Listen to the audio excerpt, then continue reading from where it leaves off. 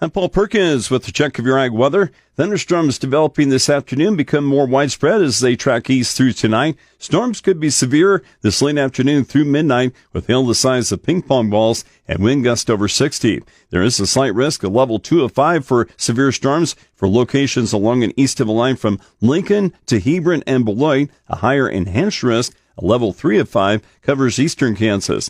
Most rain amounts should range from a trace to a quarter inch. Snow accumulations to an inch are even possible in the northwest sandhills. Occasional chances of mostly rain return with another wave of low pressure Thursday through Saturday, especially that time period Thursday night into Friday night. There are warmer changes in our long-term forecast. Nebraska and Kansas temperatures are mostly colder than normal the early half of next week before a warmer than normal outlook late next week through April 14th. Precipitation for Nebraska and Kansas Sunday through April 14th, highly likely to be drier than normal. Key weather factors the markets are watching include heavy rain in the Delta and Midwest, while rain is lighter in the southwestern plains, the end of heavy rain in Argentina, and wet season rain ending next month in Brazil. Strong low pressure over the central plains reaches the upper Great Lakes by early Thursday. Heavy wet snow falls today from parts of the Dakotas into the upper Great Lakes, with accumulations possibly complicating ice storm recovery, especially for northern Wisconsin.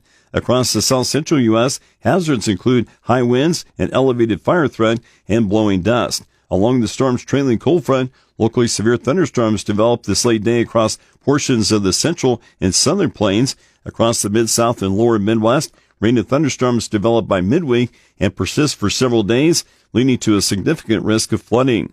5-day rainfall could reach 4 to 10 inches or more from northeastern Texas into the Ohio Valley, including areas in Kentucky and western Tennessee that experienced major flooding in mid-February.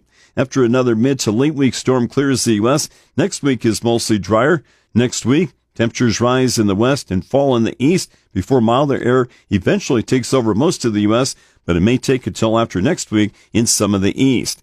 Across western wheat areas of the southern plains, if mid to late week rain disappoints, drought continues to grow. The Midwest and Delta, starting to become too wet and colder than normal temperatures next week, may further delay field work. In Brazil, this week's moderate to heavy rain benefits second crop corn that's developing in mostly low soil moisture. Wet season rain in Brazil likely ends next month, which could be damaging to pollinating and filling corn.